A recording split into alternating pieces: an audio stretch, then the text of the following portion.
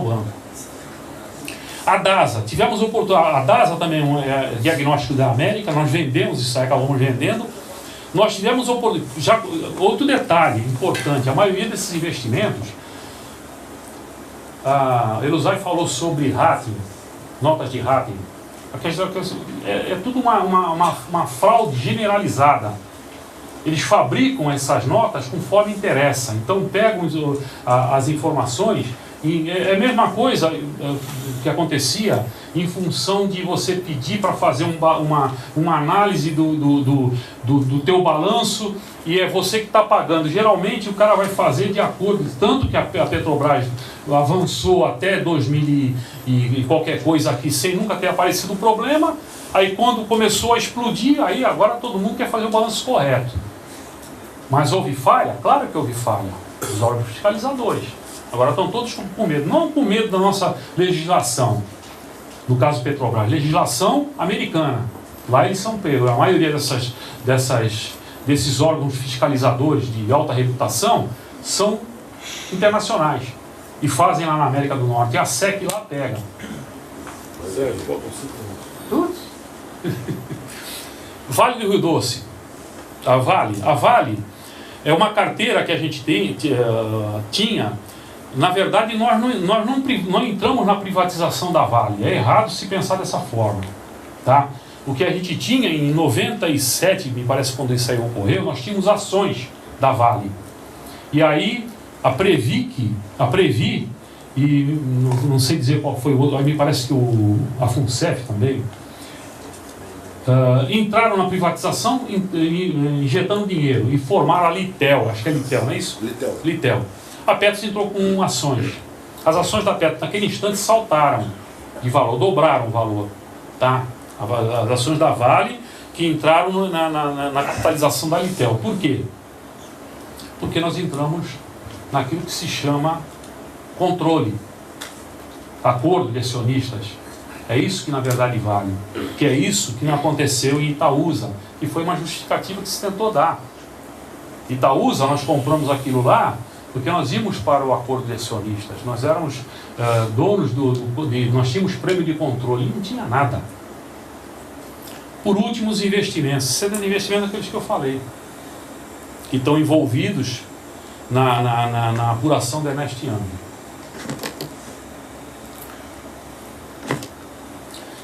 Aí, na verdade, foi quando a gente acordou. Tá? Aí que acabou dando a minha divergência de um grupo de pessoas que acabou me acompanhando em relação à defesa que os nossos conselheiros eleitos praticaram função disso que ocorreu. A Operação Itaúsa ocorreu em 30 de 12 de 2010, ninguém foi chamado a atenção, o Conselho Fiscal não deu qualquer opinião sobre isso. Eu estava lá, eu não lembro de qualquer discussão sobre a compra de Itaúsa, não lembro. Sequer eu lembro de ter discutido a questão da passagem dos títulos, da saída dos que eram 16 bilhões, na ocasião dos títulos que a gente recebeu em 2001.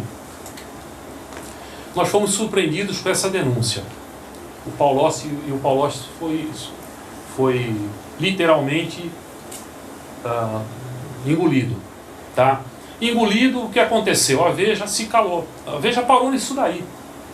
A Veja ameaçou aquilo lá, publicou provavelmente para os amigos, aí na sequência ele acabou saindo, a Veja não foi adiante, por pior que seja, PIG que a gente fala, e o Diabo A4, a gente tentou pegar com a Veja lá para ir fundo na operação. Nada. Não fazem nada. Eles, na verdade, a mídia, em geral, toda a mídia, ela trabalha para produzir manchetes que vendam o produto delas. Não estão preocupadas, porque nós estamos batendo nisso daí há um bocado de ano, eu nunca fui ouvido. Só agora, quando a coisa está explodindo, está cansando de vir jornalista me ligar para dar opinião sobre isso, sobre aquilo. Coisa que na ocasião que a gente tentou fazer, não tinha podiam ter talvez minimizado o problema que nós atingimos. O Saboia foi quem identificou isso daí. Amigo meu, pessoal, ele foi ex-diretor da Petros. Ele viu a reportagem, ligou para mim e falou: Sérgio, você tem esses documentos? Eu tinha todos os documentos. Naquele, não sei se continua assim, naquele instante, talvez eles tenham até mudado isso. Nós tínhamos acesso a todos os documentos de investimento. E eu era um rato. Eu pegava tudo. Eu tenho tudo também. Então, eu dei tudo para ele. Fui criticado. Não me arrependo, não. Não me arrependo porque no momento que ele me mostrou, ele falou assim: olha, isso aqui é caso de polícia. Eu posso denunciar, mas cumprir. O máximo que vai acontecer, eu vou ser chamado lá, vou me ferrar, vão me tirar, não estou preocupado. E ele publicou. E deu divergência entre nós. Porque os nossos conselheiros, principalmente os que aprovaram no Conselho Deliberativo, não apoiaram. Não assumiram que tinham feito besteira. A mesma situação feita pelo nosso amigo, pela nossa amiga Dilma, em Passadina. Ela era presidente do Conselho de Administração da Petrobras e disse que não conhecia nada. A Operação Itaúsa foi discutida durante 1 ano dentro da Petrobras, dentro da Petros. 1 ano. Então não pode jamais alegar que não, simplesmente forem, uma expressão que se usava antigamente, engambelados. E eu falo isso daí, eles tinham essa facilidade, porque nós não tínhamos naquele momento tanta fuçávamos para saber das coisas, para entender o que era investimento. Nós não fazíamos isso. Então o que aconteceu? Certamente foram iludidos de informação, não consultaram o que deviam consultar, não viram o que deviam ver. O resultado: documentos registrando, e isso eu mostrei depois, mostrei na CPI, eu fui à CPI, tá? Mostrando que eles estavam, que a Camargo Correia teve informação privilegiada. Insisti isso na denúncia, na Previc. E aí eles saíram com essa multa, com essa colocação em cima da Camargo Correia, que ela deu prejuízo para Petros. Mas só depois, a gente está batendo desde 2012 com a Previc. Só agora, início de 2016, isso explodiu. Então, na verdade, existe lá em cima um órgão fiscal, todos os órgãos fiscalizadores, CVM, Previc, TCU, nenhum faz nada, absolutamente nada. Os próprios deputados também não fazem nada. Não fazem. Agora, só faz se você ir em cima. Se houver um momento, se houver uma forma de... Só dessa forma, pressionando sempre. Tudo. Depois você tem mais um tempo aí. Tem. Não, então tá bom. Você quer usar logo todo ele? Vou direto então. Vou direto, porque assim na sequência eu já pego a questão um pouco da CPI. Tá, vou só falar rapidamente do Patek. Isso aqui foi a capa da publicação do Saboia, que generalizou respostas. Certamente as primeiras respostas, não sei hoje, mas naquele momento ninguém leu o relatório dele e criticou. E ele apontou tudo isso que nós estamos falando, ele apontou. Ninguém falou nada, só criticou aquela besteira, que nós tínhamos isso, nós tínhamos aquilo, que a Itaúsa era um grande investimento. Itaúsa é uma excelente ação. Não estou aqui para dizer que não é não. Mas as ações PM, não as ações ON. As ações ON foi a que nós compramos. Daqui para frente eu falo de Tambulhão, tá? Nós investimos 3,09 bilhões. Para isso vendemos títulos. Esses títulos eram títulos originários de 2001, quando nós recebemos naquela questão da migração, nós recebemos naquela discussão 8 bilhões, se eu não me engano, em 2 tipos de títulos. Um em 2013 e outro em 2033. Eles enfiaram no meio eles trocaram esses títulos, porque eles eram a vencimento, ou seja, nós só poderíamos dispor por um acordo feito com a Petrobras, tá? Não que os títulos ou que o Tesouro Nacional impedisse. Eles eram liberados. Nós é que tínhamos que levar por um acordo com a Petrobras até o vencimento, 2013 e 2033. Eles enfiaram também títulos da Eletrobras. Tá? Os títulos da Petrobras, IPCA mais 6%. IPCA mais 6% hoje, nós temos uma meta atuarial de 5,63%. Nós recebemos 6%. Prejuízo 1. No caso dos títulos que foram enfiados da Eletrobras, eles pagavam 11,05%, praticamente o dobro da meta atuarial hoje. Por esses títulos, se nós os tivéssemos em mão, nós estamos tendo um prejuízo, estamos tendo um prejuízo de 100 milhões de reais anuais, por ter vendido um título que nos dava um excelente rendimento, IPCA mais 11,05%.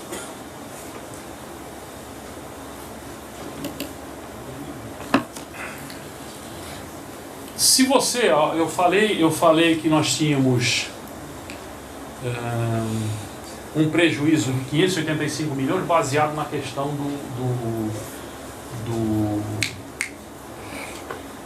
do ágio.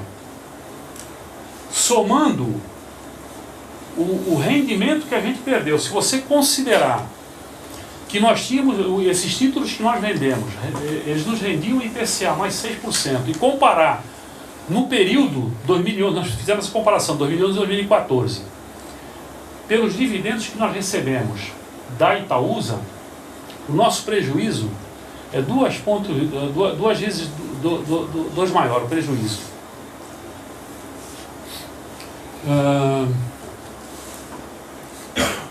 Aqui eu já falei. Só falando a questão das desculpas que o Brandão, que foi infelizmente foi quem trouxe todo esse problema para dentro se ele tivesse tido um pouco mais de humildade, não sei se é essa a expressão, e ter sentado para reconhecer que poderíamos ter caminhado por um outro caminho naquele momento, ele não quis assumir que o investimento que nós fizemos foi prejudicial a Petros. Não quis assumir, e foi prejudicial. Foi prejudicial. Ambos, o Jäger e o Brandão, deram o mesmo tipo de desculpa. Nós fazíamos parte do bloco de controle. Jamais fizemos parte do bloco de controle. O comitê não falou, tá no coisa, foi informação nossa, na CPI, o comitê não foi ouvido. Era mais um ato para ter alertado. A desculpa que deram é que era mais gente a saber da operação.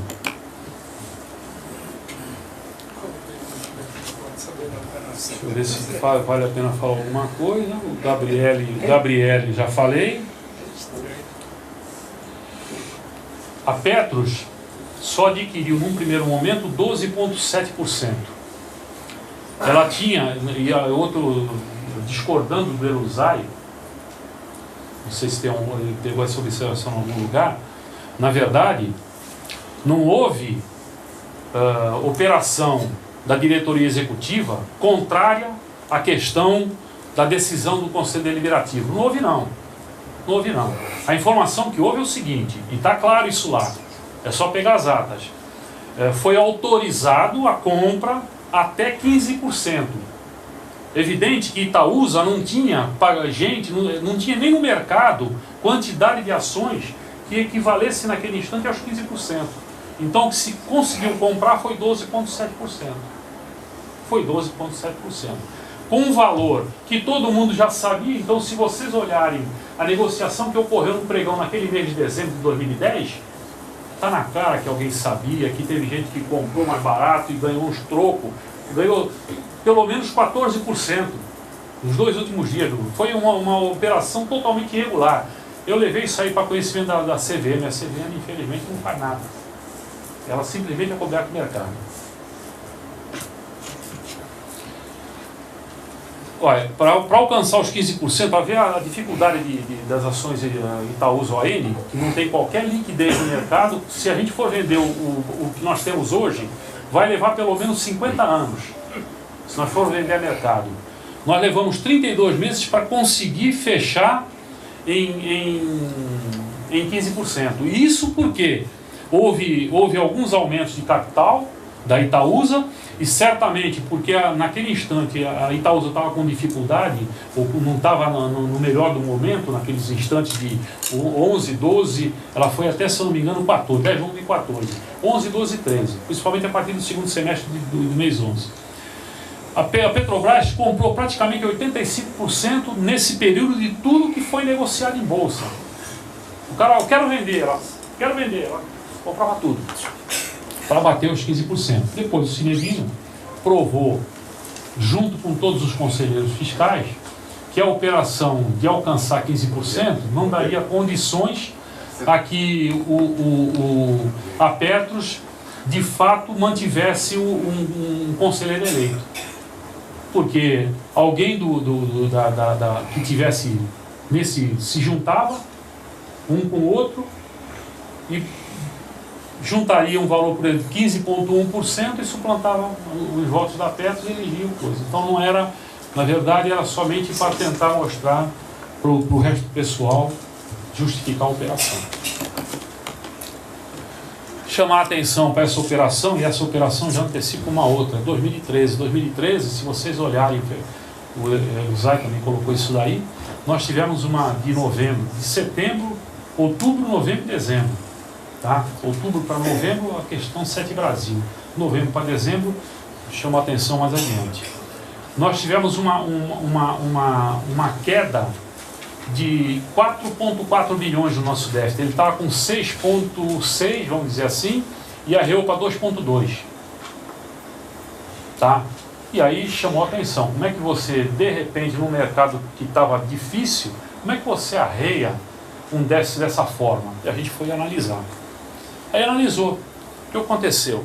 A Petros era compradora intensiva, porque ela só conseguiu fechar em 10, 11 e 14, ela comprou em 13 de dezembro de 2013, a ação baixou para 9,65, se eu não me engano, o menor valor no ano.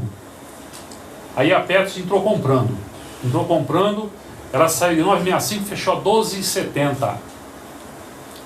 E aí volta aquilo que eu falo da questão da avaliação do balanço, que fala a nossa rentabilidade. A nossa rentabilidade voltou lá, recuperamos no déficit praticamente 1 bilhão.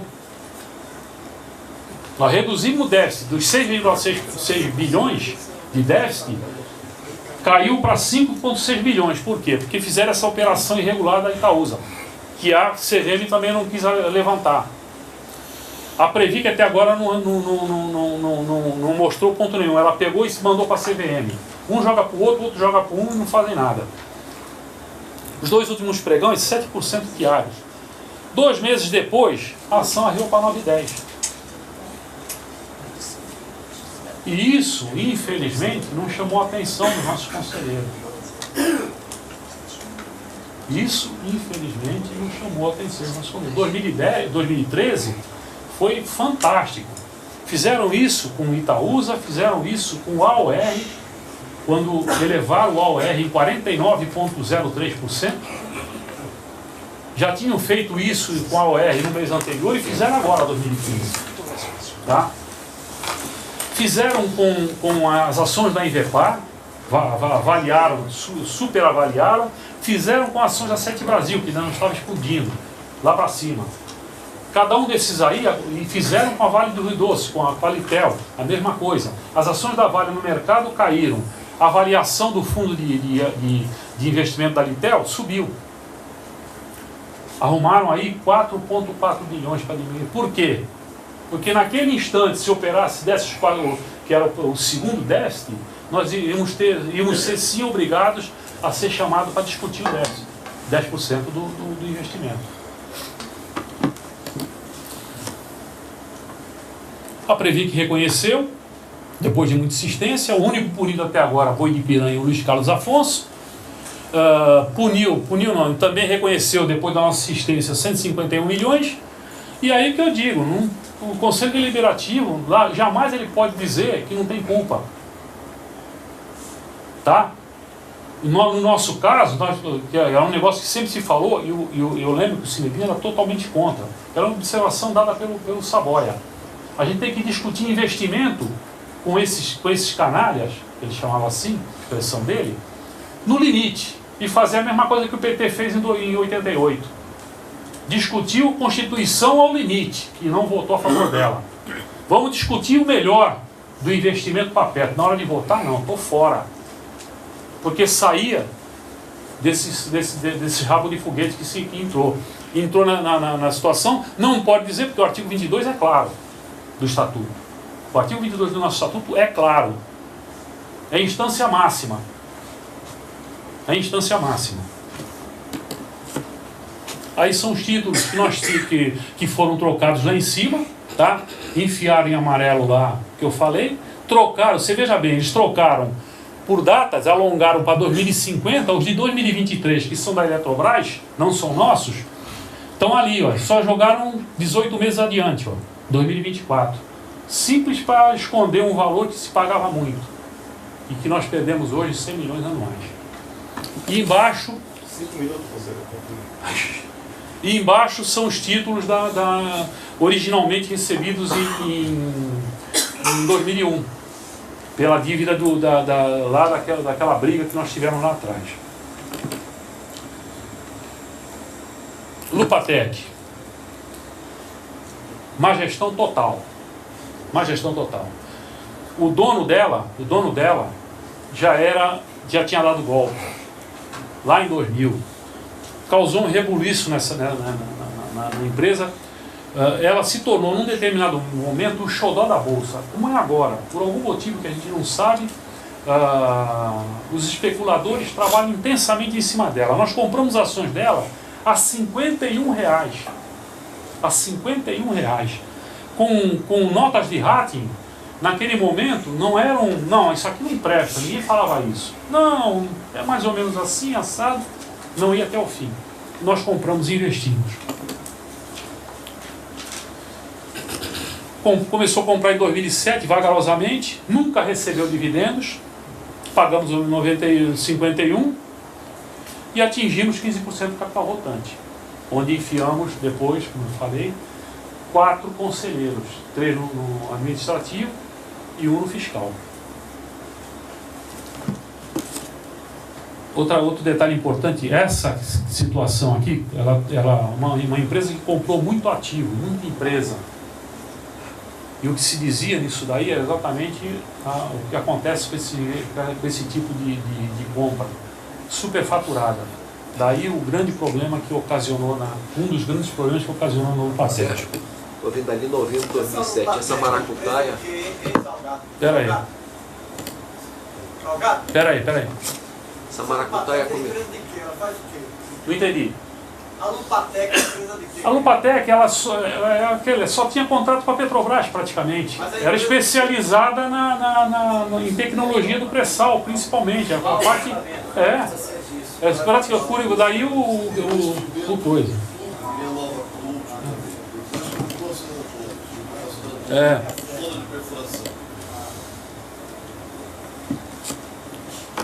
Falei do título já.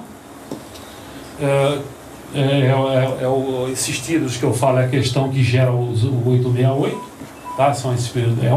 Uma das formas de fazer a coisa. Isso para chamar a atenção. Em 2 de 4 de 2012, a Lupatec já estava estourada num processo de subscrição a R$4 por ação. A Petrobras entrou na mão da Graça Foster, a Graça Foster começou a cortar contrato, renegociar, chamou a Lupatec aceitou amigavelmente que se encerrasse um contrato de 779 milhões de dólares. 3 dias depois, a Petros senta com a Lupatec e faz o seguinte acordo. Todas as ações que os demais acionistas não comprarem por conta dessa subscrição, a Petros, e no caso também o BNDESPAR, que era do BNDES, nós compramos isso aí. Só que o valor já estava abaixo de R$4. 2,60. E aí arreou para 2,60.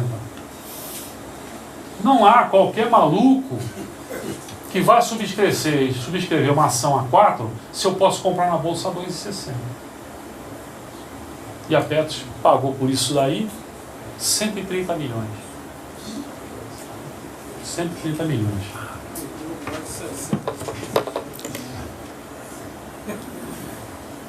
Controla, companheiro. É. Não, deixa eu ver se tem mais. Eu ia ficar, não vou poder falar sobre CPI, tá? Não vou poder falar. Que era na Depois verdade. você fica, tem um tempinho pra. A gente vai fazer um intervalo agora, depois você. Tá, tudo bem. Então, essa parte dos investimentos, então, é exatamente isso que eu falei. O que acontece no problema que eu enxergo hoje e que eu discuto, isso para concluir, com os conselheiros, que eles não querem nos entender. Eu escuto em dívida da Petrobras com a Petros desde que eu me aposentei. Vi dívidas serem saldadas em 2001, entre aspas, saldadas, e os 4,6 do AOR em 2008, outubro de 2008. Ficou um valor pendente, 2008, praticamente nós vamos fazer 10 anos, não temos retorno. Apareceram umas dívidas, Família Real, agora, fiquei surpreendido, a questão dos 90%, colocaram lá 3 bilhões, acordo de níveis, tá? Por isso daí, nós somos obrigados, se sentarmos, a equacionar. A questão dos investimentos, nós não temos culpa, companheiros. E é metade e um pouquinho mais, eu provo isso daí, do que do investimento, do déficit. E por isso daí a Petrobras tem que pagar, o governo federal tem que pagar, porque foi ele, na verdade, o grande interessado em Ivepar, Guarulhos, não digo Itaúsa, mas Sete Brasil e Florestal, Belo Monte, é tudo governo federal. Então, nós temos que nos unir, sim. Eu defendo a união, mas defendo uma união com discussão. Não é porque eu divirjo de alguém que eu sou contra alguém. Ideias têm que ser discutidas. E eu acho que, para mim, eu agradeço a IPET ter me convocado aqui, porque até agora eu não fui ouvido nem no meu sindicato. Me deixa ouvir, me deixa falar. E eu estou chamando a atenção que é metade dos nossos déficits, não sou só eu, estou falando, mas estou falando por um grupo. Sou eu, o Raul, Velocino, é um grupo. Nós estamos defendendo que metade são investimentos. E para isso a gente tem que colocar lá perícia, inclusive eu estou verificando essa perícia, junto ao Yoshino, lá de São Paulo, que faz a avaliação da família Amador Aguiar, a divisão do patrimônio deles. Estou discutindo isso aí com eles para ver se a gente consegue apresentar contas da situação que nós temos. Obrigado a todos. Obrigado, Sérgio. Nós temos um limite assim, bastante rigoroso, né? Que essa sala de projeção à tarde vai ser usada a partir das 13 horas, aí tem que ter aí um controle bem efetivo. Vamos fazer um intervalo aí de 15 minutos, né? Salientar que o companheiro Sérgio já usou aí 60% do tempo do Exalmir. E aí depois a gente conclui. 15 minutos, viu, companheiros? E aí nós voltaremos com o doutor Ailton Daltro e a seguir a gente vai ver como fazer nossa programação.